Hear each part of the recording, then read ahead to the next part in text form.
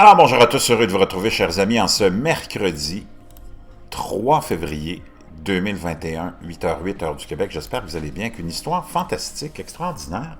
Imaginez-vous, c'est rapporté par fastcompany.com. Le bois cultivé en laboratoire pourrait nous permettre de cultiver des meubles dans un laboratoire plutôt que dans une forêt. Pourquoi abattre des arbres alors que vous pouvez faire pousser du bois dans la forme exacte dont vous avez besoin? On se rappelle qu'on a déjà commencé à cultiver la viande en laboratoire. Les scientifiques ont déjà compris comment faire pousser de la viande dans un laboratoire en nourrissant les cellules animales pour qu'elles se multiplient en escalopes de poulet, en galettes de hamburger.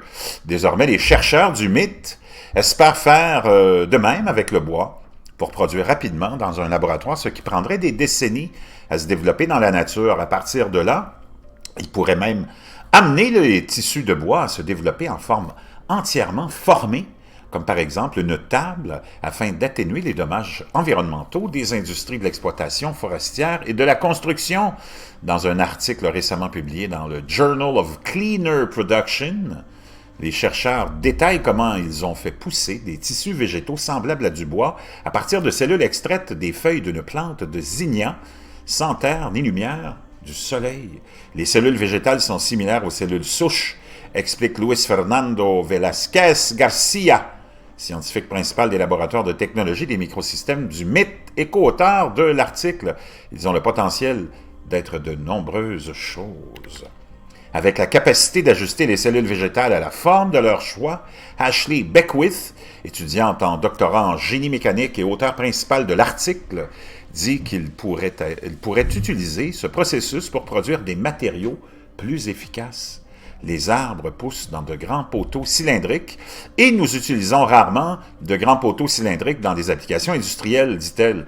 Vous finissez donc par raser un tas de matériaux que vous avez passé 20 ans à cultiver et qui finissent par être un déchet. Au lieu de cela, leur idée est de développer des structures plus pratiques, comme des planches rectangulaires ou éventuellement une table entière qui n'a pas besoin d'être assemblée, ce qui réduirait les déchets et permettrait potentiellement aux terres actuellement utilisées pour l'exploitation forestière, d'être réservées en tant que forêt. L'idée est similaire à la viande de laboratoire, également appelée viande de culture cellulaire. Et c'est en ce sens que les chercheurs produisent des tissus isolés sans avoir à cultiver la plante entière, tout comme la viande de culture cellulaire élimine le besoin d'élever un animal entier. Mais les cultures de cellules végétales sont plus faciles à cultiver que les cultures de cellules animales, dit Beckwith, ce qui signifie que le bois ou les produits du bois cultivés en laboratoire pourraient devenir plus rapidement compétitifs en termes de coûts. Velázquez Garcia ne voit pas ce processus être utilisé pour cultiver des cultures vivrières, ce qui pourrait également accélérer son adoption commerciale, car il n'y aurait pas besoin de subir des contrôles de qualité stricts. Au lieu de cela, il y voit une solution pour tout fabriquer, des meubles aux fibres pour vêtements. Vraiment, vraiment intéressant. Le travail est encore à ses tout débuts, disent les chercheurs. Personne ne cherche encore à acheter une table en zinnia, mais en faisant pousser ces cellules avec succès, ils disent avoir fourni un point de départ pour une nouvelle façon de produire des biomatériaux. Je vous laisserai l'article dans la boîte de description. Vraiment intéressant et fascinant.